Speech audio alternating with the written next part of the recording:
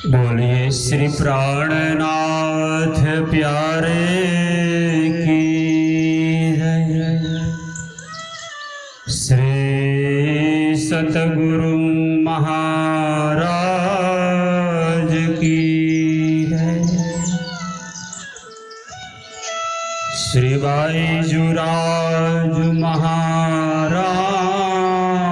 जी की जय। आइए पूर्ण ब्रह्म अक्षरातीत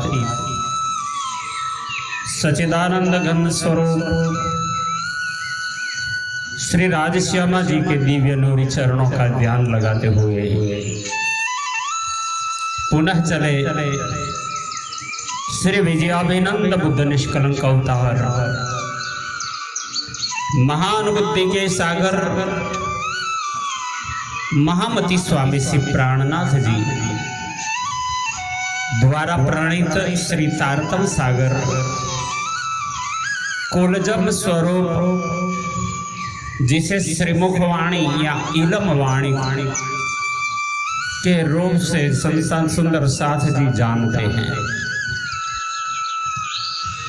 यही वाणी के प्रकाश ग्रंथ गुजराती में प्रकरण 29 के 29 चौपाइयों तक हमने श्रवण किया।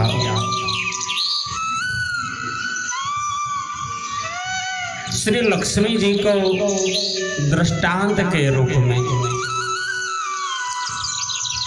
महामती प्राणनाथ जी सुंदर साथ जी को इस संसार में इस कलिकाल में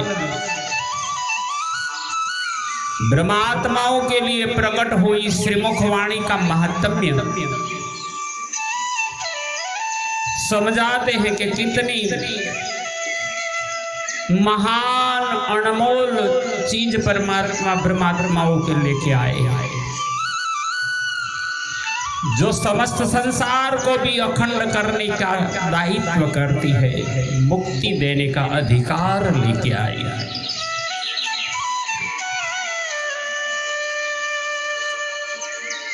तारतम सागर वाणी का अर्थ ही होता है परम धाम, परमात्मा की लीला, परमात्मा का नाम और संसार के अंदर आई हुई ब्रह्मात्माओं के लिए दिल की कही बातें।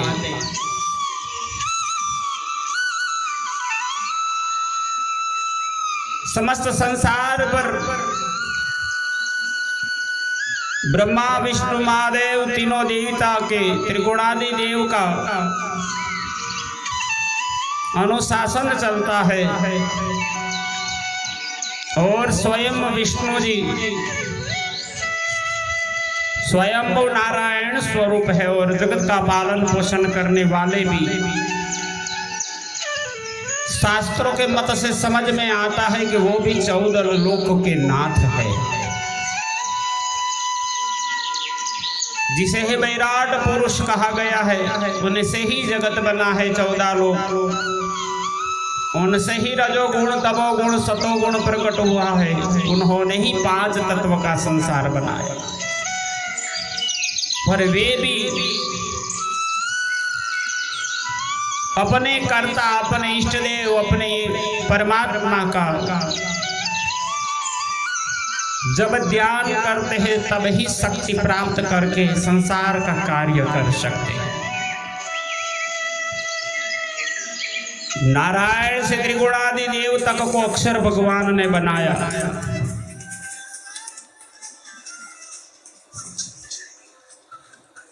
और अक्षर भगवान कोई भी लीला अपने हिसाब से नहीं कर पाते, इनको परमात्मा का आदेश मिलता है, वही लीला करते हैं।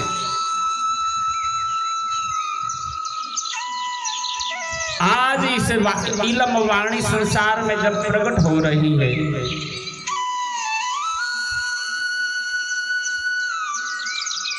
ये इलम वाणी में परमात्मा के लीला और नाम का वर्णन है, पर ये भी कितना महान है समझाने के लिए ही ये दृष्टांत कहा है कि जो संसार में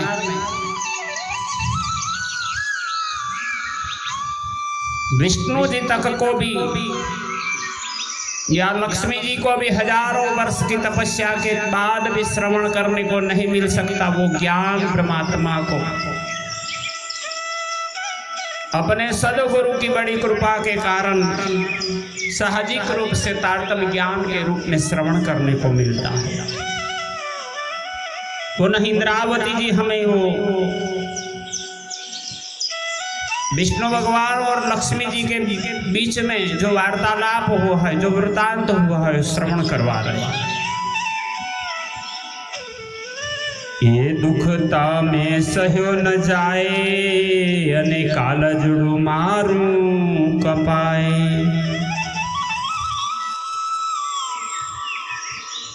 जब विष्णु भगवान को ध्यान अवस्था में बैठे हुए देखे, लक्ष्मी जी ने जब सुन लिया, देख लिया, तो पूछा अपने प्रीतम से, विष्णु भगवान से, क्या आप किन की पूजा करते हो, किन का ध्यान करते हो? विष्णु भगवान ने मना कर दिया। कुछ भी 14 लोगों की बात मुझे पूछ सकती हो, इनके बारे में मत पूछना, मैं नहीं कह पाऊंगा। ये लक्ष्मी जी तुम बिना शंका किए संसार के सुखों का भोग करो। तब लक्ष्मी जी को बड़ा दुख हुआ और वो ही रट लगाए बैठी है। अपने प्रीतम पियू विष्णु भगवान को मनाने के लिए रोने लगी, बिलखने लगी। कहती है, अगर जब तक इस बात को आप नहीं कह पाओगे, मैं नहीं श्रवण करूंगी कि आप किनका ध्यान करते हैं, तो मेरे दिल से वो दुख दूर नहीं होगा, मेरा जीव आकुल व्याकुल हो जाता है। हे प्रभु, यह छिपाव करने का दुख मुझसे सहन नहीं होता, क्यों आप मुझसे छिपाते हो? जब भगवान विष्णु ने लक्ष्मी जी को ही नहीं बताया मैं किसका ध्यान करता हूं, तो लक्ष्मी जी बड़े दुखी होते हुए कहते, अब ये दुख सहा नहीं जाता। अने कालजड़ू मारू कपाई, कालजड़ा यानी हृदय, मेरा कलेजा कांप रहा है। आपने क्यों मेरे से अंतर किया है? मैं तो आपकी अर्धांगिनी हूं। कंपमान थई कल कले, करे निश्वास जीव बहु गले। इस प्रकार लक्ष्मी जी कांपती हुई बिलख कर दुखी होती है। सिसकिया भरती और अफसोस लेकर दिल ही दिल में कूटती है, रोती है और भगवान विष्णु से प्रार्थना करती है, हवे जो धनी करो मारी सार, तुए वचन कहूं निर्धार। हे भगवान, यद्यपि आपने मुझे अनेक प्रकार से समझाया है और मना किया है, लेकिन मेरी प्रार्थना ध्यान से सुनिए। मैं एक बार पुनः प्रार्थना करती हूं, तमे घणवे मुने वार्या सही, अनेक पैर शिखामण कहीं। मैं आपके चरणों में बार बार प्रार्थना करती हूँ कि यदि आपको मेरी फिक्र है तो यह वचन अवश्य कहना पड़ेगा कि आप किसका ध्यान करते थे, मुझसे क्यों छुपा रहे हो? पण मारो जीव के में नव रहे, लक्ष्मी जी वली वली एम कहे। हे भगवान, मेरी जीवात्मा ये वचन सुने बिना किसी प्रकार नहीं रह सकती। इस प्रकार लक्ष्मी जी बार बार कहती जाती। त्यारे वली बोलिया श्री भगवान, लक्ष्मी जी तू निश्चय जान।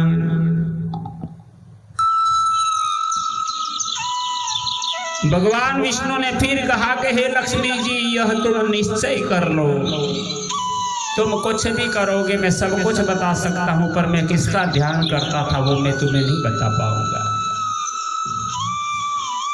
जो कोटाण कोट करो प्रकार तो एटलू तमे जानो निर्धार। तुम करोड़ों प्रयत्न क्यों न करो किंतु यह निश्चय जान लो कि इस वचनों को कहने में मेरी जिह्वा ही नहीं चलती। मारी नवले जिभ्याए वचन ये दृढ़ करो जीव ने मन। इन वचनों को कहने में मेरी जीवा ही नहीं चलती, इसलिए इस बात को तुम जीवात्मा और मन में दृढ़ कर लो। मैं कभी नहीं कहूंगा कुछ भी करने पर भी। हवे लक्ष्मी जी कहे सांभळो राज मारा जीवने उपनी दाज। तब क्रोधित होकर लक्ष्मी जी भी कहती है, हे भगवान सुनिए, मेरे दिल के अंदर विरह दुख की तीव्र ज्वाला प्रज्वलित हो गई है। मैं अंदर अंदर से जल रही, सहा नहीं जाता। श्योबांक तमारो धणी काई अप्रापत दिसे अमतणी। आप हमें नहीं बताते इसलिए आपका कोई दोष नहीं, यह तो हमारे दुर्भाग्य से अप्राप्त दिखाई देती है। मैं आपकी अर्धांगिनी हूं फिर भी नहीं जान पाती तो ये हमारा दुर्भाग्य है, मैं अधिकारी नहीं बन पाई। हवे शरीर मारू के मरहे जीव मारो मुने घणो दहे। तब लक्ष्मी जी ने बताया, अब यह हमारा शरीर आपके इस दुराव के कारण कैसे रह सकता है। मैं मरना पसंद करूंगी, नहीं जीऊंगी। मेरी जीवात्मा में बड़ी जलन हो रही है। हवे आज्ञा मागू मारा धणी करूं आरंभ तपस्या हतणी। इसलिए अब हे धनी मैं आज्ञा चाहती हूँ कि योग्य बनने के लिए, इसी बात को जानने का अधिकार प्राप्त करने के लिए मैं कहीं भी जाकर तपस्या आरंभ कर दूंगी। त्यारे भगवान जी बोल्या तत्काल लक्ष्मी जी मलावार। श्री इंद्रावती जी इस दृष्टांत को सुंदर रूप से दिखाते हुए कहते हैं, तब विष्णु भगवान उसी समय बोले, हे लक्ष्मी जी तुम इस कार्य में विलंब न करो, तब आरंभ कर दो। यह सुनकर लक्ष्मी जी का जीव बिलखता हुआ अत्यंत दुखी हुआ। त्यारे कल्प्यो जीव दुख अनंत करी उपनो वैराग सुख मन माधरी। मैंने में था कि मैं तपस्या करने चली जाऊंगी, कहूंगी तो बता देंगे, पर ऐसा नहीं हुआ। इसीलिए लक्ष्मी जी का जब विष्णु भगवान ने मना ही कर दिया, अभी जाओ आप तपस्या करने, तब कल्प्यो जीव दुख अनंत करी। बहुत दिल में दुख लेकर के लक्ष्मी जी दुखी हुई और अपने दिल में वैराग्य और दुख लेकर के, जिससे मन में शोक के कारण वैराग्य उत्पन्न हो गया। जीवने आशा पूर्ण हती घणी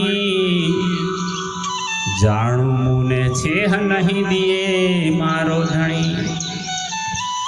लक्ष्मी जी के दिल में यह पूर्ण आशा थी और वे जानती थी कि मेरे धनी मुझे इस प्रकार अलग नहीं करेंगे, छेह देना यानी दूर नहीं करेंगे। चरणे लागी लक्ष्मी जी चाल्या अने रुदन करे जाए पाल्या पल्या। अंत में श्री लक्ष्मी जी धनी के चरण कमलों में प्रणाम करके पैदल ही रोते हुए चल पड़ी। एणे समय व्रह की दो अति जोर तेहू केटलो कहूं बकोर। आप महान बुद्धि के सागर से इंद्रावती स्वरूपा महामती प्राणनाथ जी सुंदर सार्थक जी को समझाते। ऐसा भगवान विष्णु और लक्ष्मी जी के बीच में जब संवाद हुआ तो लक्ष्मी जी विरह की असहनीय पीड़ा से व्याकुल होती थी। इस विरह की दशा जिनका वर्णन नहीं किया जा सकता। केटलो कहूं बकोर, कैसे मैं इन बातों को बताऊं। एक ठा में बैठा दमे देह श्री भगवान जी सुपूर्ण स्नेह। फिर लक्ष्मी जी एक स्थान पर जाकर ध्यान समाधि में बैठ गए और देह का दमन करने लगे। तपस्या में अनंत कष्टों को उठाने लगे। वे एकांत स्थान में जाकर घोर तप में लीन हो गई, शरीर को कष्ट देने लगी। उन्होंने विष्णु भगवान में ही अपना मन लीन कर दिया कि आज नहीं तो कल कभी तो मैं इनको मना करके बात सुन लूंगी।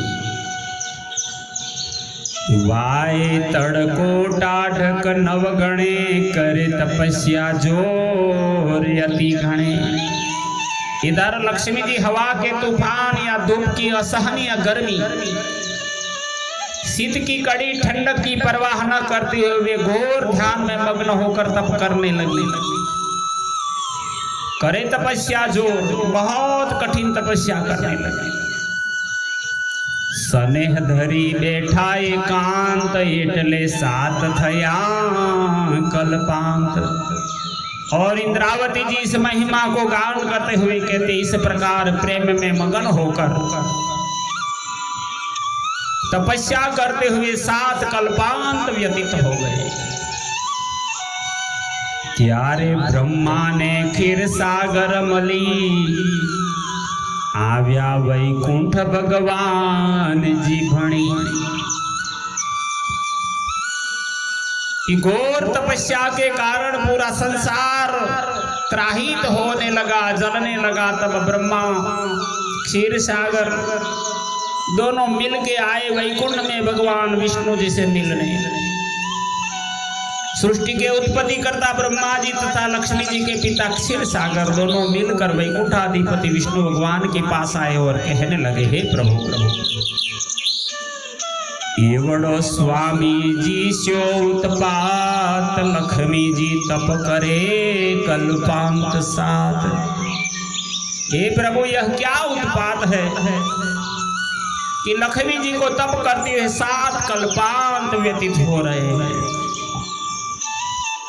त्यारे भगवान जी हेम बोल्या रही, जे बाक अमारो काई नहीं। तब श्री विष्णु भगवान बोले कि इसमें मेरा कोई दोष नहीं है। आपकी लड़की लक्ष्मी बड़ी जिद्दी है, हठीली है। फिर दोनों ने कहा कि हे प्रभु आपसे इसलिए कह रहे हैं कि आप सृष्टि के पालनहार दयालु हैं। स्वामी जी तो हे वचन तमने कहवाए, जे लक्ष्मी जी घणो दुखी थाए। हे भगवान विष्णु आप सृष्टि के पालनहार और दयालु हैं।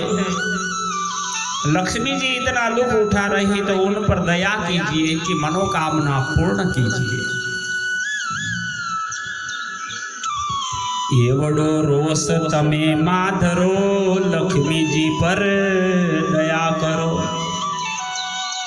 ब्रह्मा जी और क्षीर सागर कहने लगे, हे भगवान आप इतना क्रोध न करके लक्ष्मी जी के ऊपर दया कीजिए। तमे स्वामी मोटा दयाल, लक्ष्मी जी दुख पामे बाल।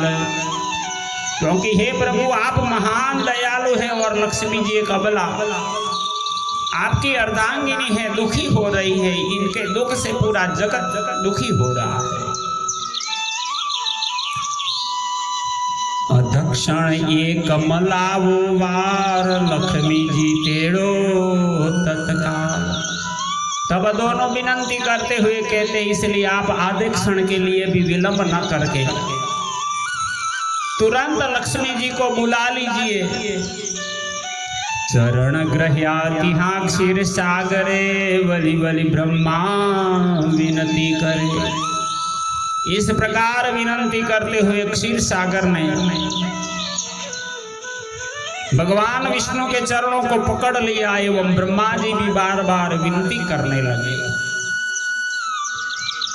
लक्ष्मी जी लगे चालो सही, तेड़ी आविए तिहां लगे जई।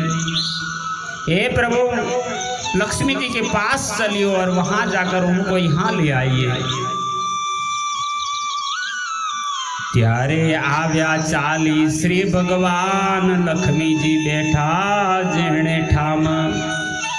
तब श्री भगवान विष्णु उनके साथ ब्रह्मा जी और क्षीर सागर के साथ उसी स्थान पर पहुंचे जहां लक्ष्मी जी बैठी तपस्या कर रही थी।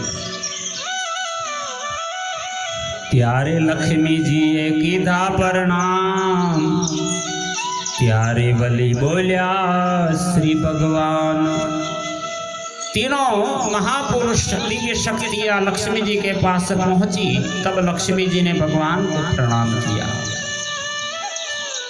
जगतकर्ता के रूप में ब्रह्मा को प्रणाम किया, अपने पिता क्षीरसागर को प्रणाम किया और अपने पति को भगवान विष्णु को भी प्रणाम किया। फिर श्री भगवान जी ने कहा कि हे लक्ष्मी जी, तुम अब घर चलो। लक्ष्मी जी तमें चालो घरे। त्याले बली रमावाणी ओचरे, रमा यानी लक्ष्मी जी। तब लक्ष्मी जी इस प्रकार कहने लगी कि आप मुझे बुलाने आए हो तो पहले मेरा प्रश्न का उत्तर दे दो। मारा धणी तमे कहो वचन, जीव गणो दुख पामे मन।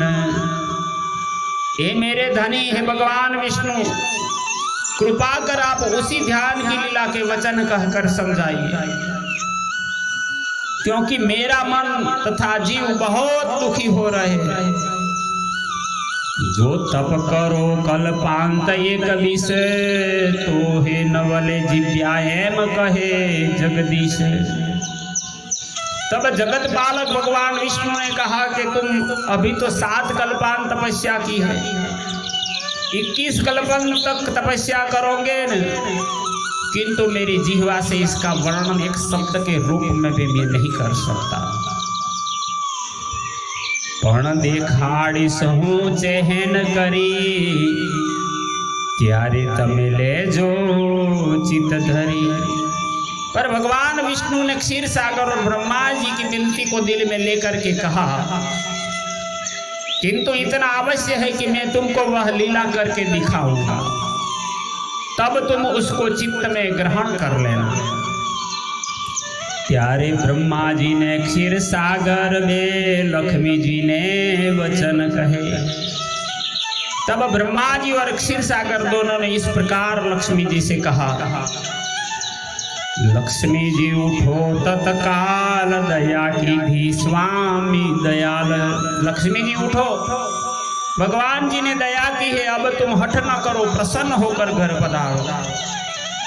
हवे रखे तमे हट करो, आनंद मन माती गणो धरो। अब आप हट छोड़ करके दिल में आनंद ले लो, समय आने पर आपको चहन करके नाटक करके दिखा देंगे। त्यारे लक्ष्मी जी चलागी चरणे, एम तेड़ी आव्या आनंद अति घणे।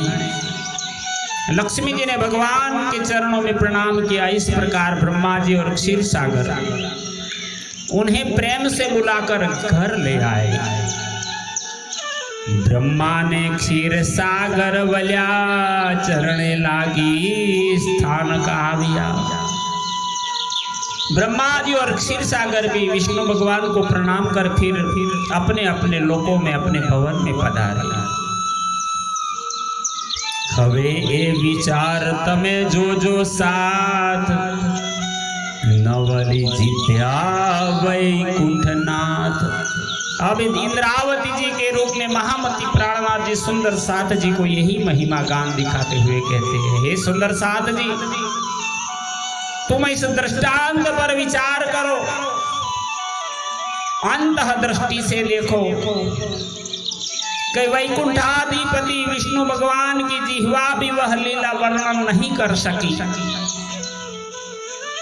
ग्रही वस्त भारी करी जान, मीठ वचन नव कह्या निर्वाण। और उसको ध्यान की महान वस्तु समझकर ग्रहण किया, बल्कि निश्चय करके उन वचनों को प्रकट नहीं किया। नहीं तो वैकुंठनाथ ने के ही खबर, बिना तारतम सो जाने घर। इंद्रावती जी पुनः कहते, अन्यथा वैकुंठाधिपति को उनके ध्यान की वस्तु पूर्ण ब्रह्म श्री कृष्ण की लीला की क्या खबर होती। क्योंकि बगैर तारतम्य ज्ञान के परम धाम की लीला कैसे जान सकते हैं। बीजी खबर काई नव कही तो पण निध भारे करी ग्रही। आज तक किसी ने भी वह अखंड लीला का वर्णन नहीं किया है। इसी कारण विष्णु जी ने इस लीला की श्रेष्ठता को अंतर मन में संजाए रखा है। भारे बिना नव भारऊ पड़े, मुक्ति वचन जुआ के में नव पड़े।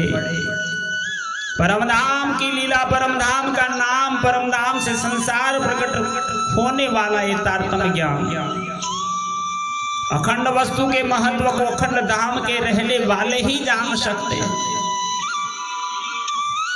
उनके बगैर दूसरा कौन कह सकता है। ज्यारे थयो कृष्ण अवतार, रुक्मणी हरण कीधु मोरार। इसलिए विचार करो कि जुबा से किसी भी प्रकार भी वचन वर्णन नहीं हो सके। पर जब द्वापर युग में श्री कृष्ण जी का अवतार हुआ तो श्री कृष्ण जी ने भीष्मक की पुत्री विदर्भ राजकुमारी रुक्मणी का हरण किया था। माधवपुर परण्या रुक्मणी, धवल मंगल गाय सुहागणी। जब कृष्ण अवतार में जब माधवपुर अर्थात द्वारका में जाकर श्री कृष्ण जी ने रुक्मणी के साथ विधिवत विवाह किया और जब दोनों विवाह मंडप में बैठे थे तब सखिया बधावा के गीत गा रही थी, धवल मंगल गीत गा रही थी शादी के। गाता गाता लीधु रज नाम, त्यारे पाछा भोम पड़ा भगवान। जैसे उन्होंने गीत गाते गाते ब्रज की लीला का स्मरण कर ब्रज नाम लिया, उसी समय भगवान विष्णु कृष्ण के रूप में थे, फिर भी मूर्छित होकर सिंहासन से भूमि पर गिर पड़े और आंखों से आंसू ओझल होने लगे, निष्कलने लगे, बहुत रो रहे थे। और वही लीला को जब रुक्मणी ने देखा तब भगवान कृष्ण ने रुक्मणी को याद दिलाई कि जो बात तुम सुनना चाहती थी मैं किसका ध्यान करता हूं। तो इशारा करके ब्रज लीला की तरफ निर्देशन करते हुए इस प्रसंग को दिखाकर, और दुनिया वालों को नहीं पता चला पर भगवान विष्णु और रुक्मणी के बीच में वह बात समझाई गई। लक्ष्मी जी समझ गए कि वो इनके इष्टदेव भी वो श्री कृष्ण है जो ब्रज की लीला में 11 वर्ष और 52 दिन तक लीला करते रहे। वो सच्चिदानंद परमात्मा के वो परम भक्त है। प्राणदार सुंदर साथ जी इस प्रसंग को यहाँ विराम देंगे, फिर क्रमशः आगे चलेंगे। बोलो श्री प्राणनाथ प्यारे की। श्री कृष्ण प्रणामी मंदिर पीपलाता तहसील नडियाद से आचार्य जगदीश चंद्र भट्ट एवं हमारे सहयोगी सुंदर साथ जिनकी सेवा से ही वाणी आप तक पहुंच पाती है, अंकुर पड़ियार, हम दोनों का आप सभी के चरणों में बार बार प्रणाम। कृपया आप इस महा चैनल को, जिनका नाम है महारानी जी, उनको सब्सक्राइब करके जागने के कार्य के सहयोगी बने। बोलो श्री प्राणनाथ प्यारे की।